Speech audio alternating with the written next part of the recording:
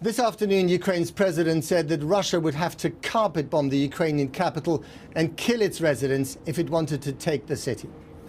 There's continued to be heavy shelling in Mariupol, where the city's deputy mayor pleaded for people to be allowed out and for aid to come in. President Zelenskyy has demanded the release of Melitopol's mayor, saying that CCTV footage showed him being kidnapped by Russian soldiers. Fighting near Kyiv has intensified, with Russian forces said to be edging closer to the capital. For the first time, President Zelenskyy put a figure on the number of Ukrainian military personnel who've been killed since the invasion began. 1,300, he said. And a warning, my report does contain some distressing images. The letter Z has lost its innocence. Russia's symbol of war, now a symbol of terror. This is Mariupol, and call this vandalism by heavy armor. What did this block of flats ever do to get shelled? Or this tire repair shop? Mariupol is guilty of not falling to the Russians. But it's easier to destroy buildings than to destroy the spirit of people fighting for their home.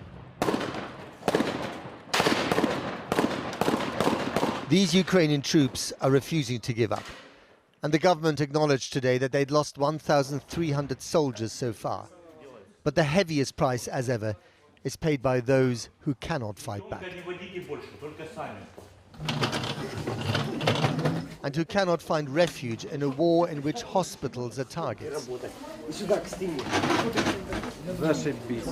Civilians streamed into a war today that is familiar to anyone who paid attention during the Syrian war.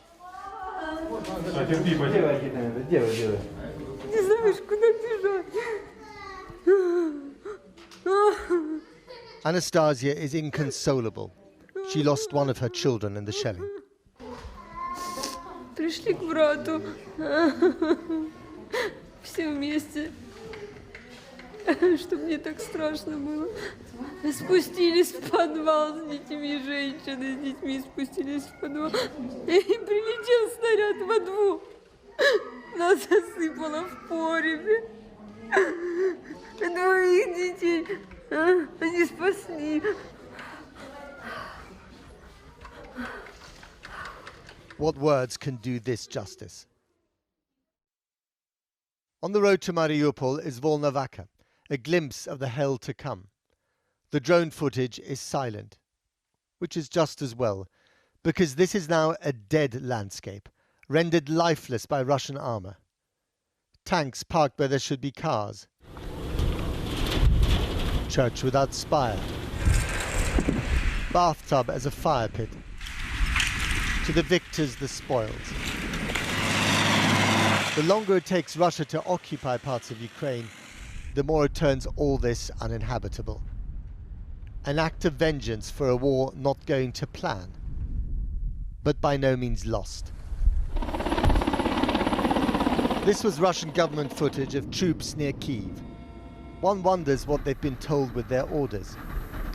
Is it to wrong the rights of a Russia more sinned against than sinning? Do they really feel like victims of Western aggression? What do they truly think they're fighting for in the unwelcoming fields of Ukraine? Or, for that matter, dying for? We don't know where or how Senior Lieutenant Denis Sokolov died during the war that Russia still calls a special military operation. But in the city of Perm, his home, he leaves behind a wife and 2 children, one of them just a few months old.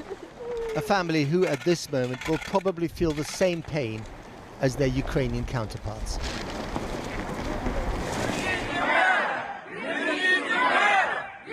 But they do know what they're fighting for. The Ukrainian citizens have occupied Melitopol, converging on the town hall, shouting, "Bring back our mayor." Here kidnapped by Russian officers who put a bag over his head. Mayor Ivan Fedorov had refused to follow Russian orders and is now missing. It's the kind of rough justice that Ukrainians don't want to live under. Vladimir Putin may question the right of this nation to exist, but with every shell, he's making the case for them. Their identity is being forged on the anvil of war.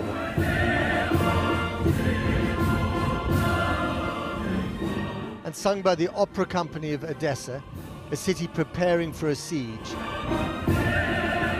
A national anthem once unknown outside Ukraine is now ringing in the world's ears.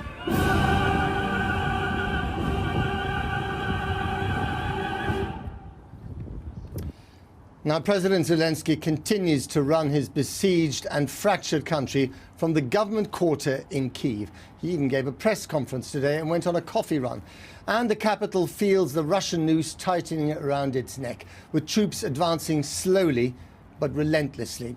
When the siege begins in earnest, it may become the most dramatic, bloody and drawn-out siege since World War II.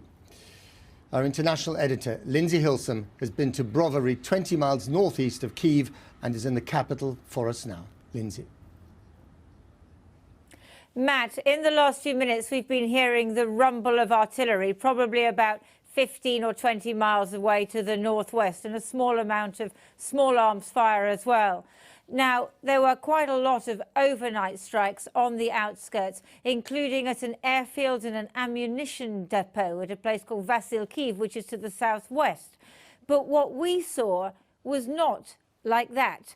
That is very much a military target, but we went out to the northeast, as you mentioned, to Brovary, and what we saw that had been hit was a food warehouse. Now, this is very significant.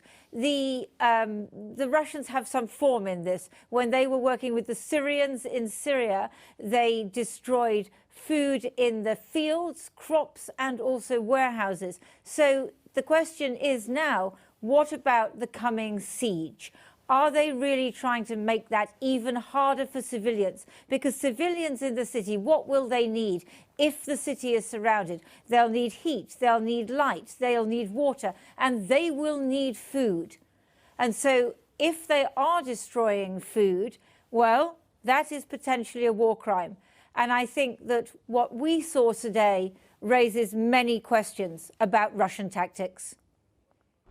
A Russian missile killed the family in this car on day one of the war.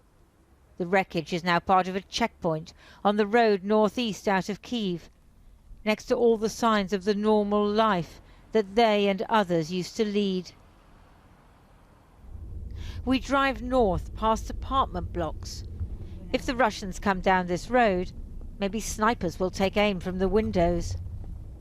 We're following the car of a member of the Ukrainian parliament, heading towards a pall of smoke, site of a Russian attack in the early hours of this morning. The strike hit a warehouse complex just outside the dormitory town of Brovary. Electronics in one part, foodstuffs in the other. From here, food is taken to Brovary and to Kyiv. So they try to cut off the supply of food to city. So you don't think this was a stray missile? No, because it was like, say, it was also grads, also missiles, so it was like several types of... so it was targeted? Yeah, it was targeted on this, definitely. We saw a similar food warehouse hit in the Black Sea port of Mykolaiv, adding to the suspicion that destroying food is a tactic. A former deputy prosecutor is here to investigate if there's evidence of a war crime. Видно, что артиллерийский удар был направлен именно на этот объект. А этот объект является одним из самых таких, скажем, крупных складских помещений, где есть холодильники, продукты питания, которые поставляются в столицу Украины, в Киев. И мы можем говорить о том, что это было целенаправленное уничтожение этого объекта для того, чтобы создать гуманитарный коллапс и лишить населения Киева продуктов питания. They think the artillery is being fired from about 10 miles further north. That's the line of defense, and that's the main destination of attack from east, where they try.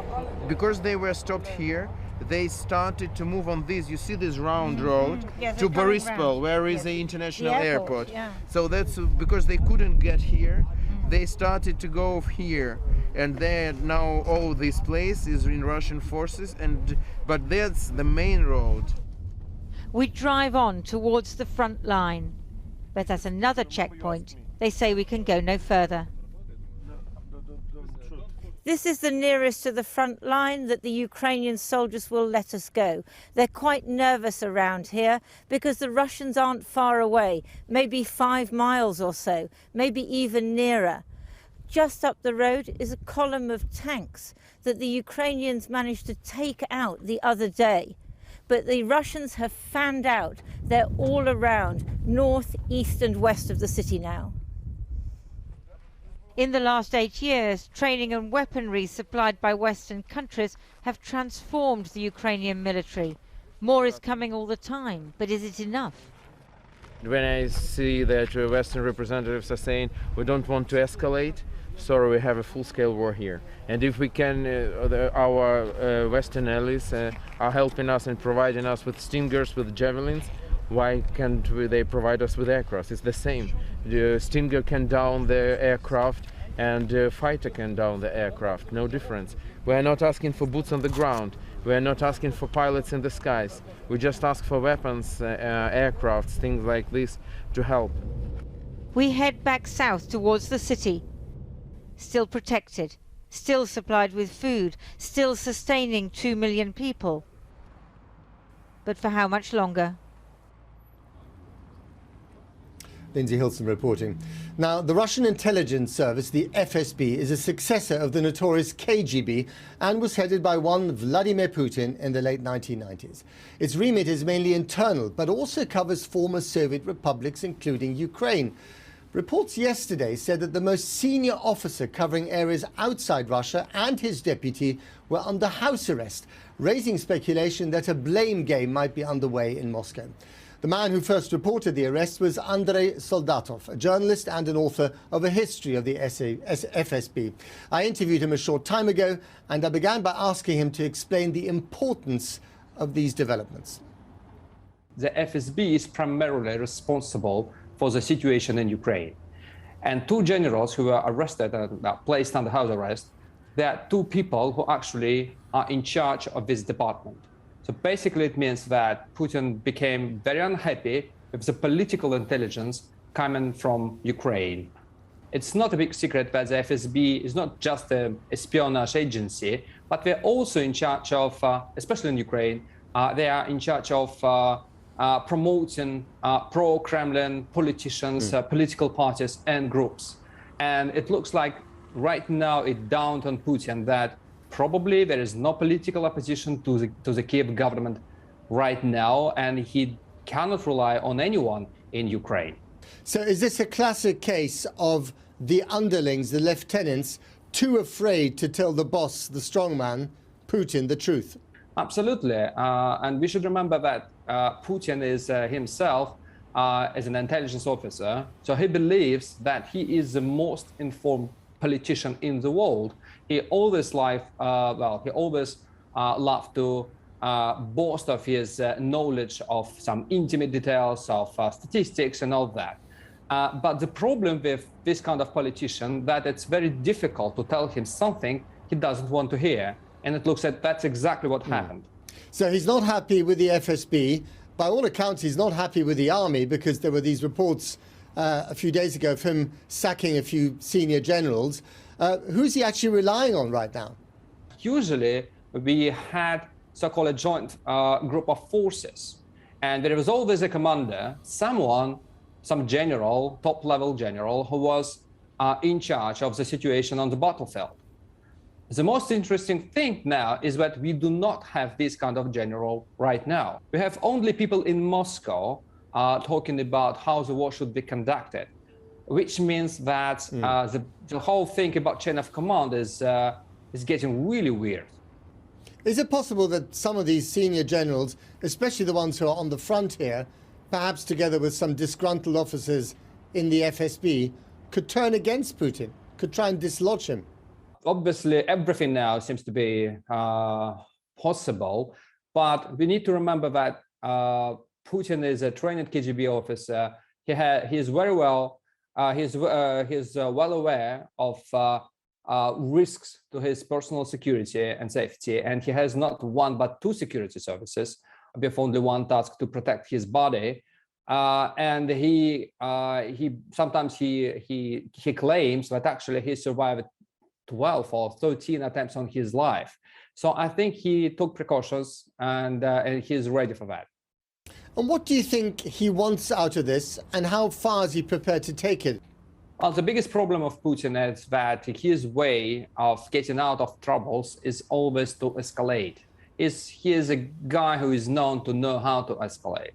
We got into Russia got into trouble in Donbass because of Crimea, and we got Crimea because of the Maidan revolution. It's always like that. So my biggest fear that Putin might decide at some moment that his way out now is to escalate again and to try something somewhere else. Like where? Well, they have several countries where you have some ethnic Russian minorities. I would be extremely worried about Moldova The Baltic right republics. now. And the Baltic Republic, and of course you have the Black Sea, and you have lots of NATO warships which might be targeted for some attacks. So there are some ways to escalate and stopping short of causing a real war with NATO. But finally, if you were a betting man, do you think he will take this to the next level? I think unfortunately right now it looks like that. I think now he doesn't see any way to de-escalate and get back to normal. I don't think that's actually possible right now. Maybe we need to wait for some weeks when the sanctions finally hit Russian economy, like it could happen, but not now. Well, that's depressing. Andrei Soldatov, thank you very much. Thank you.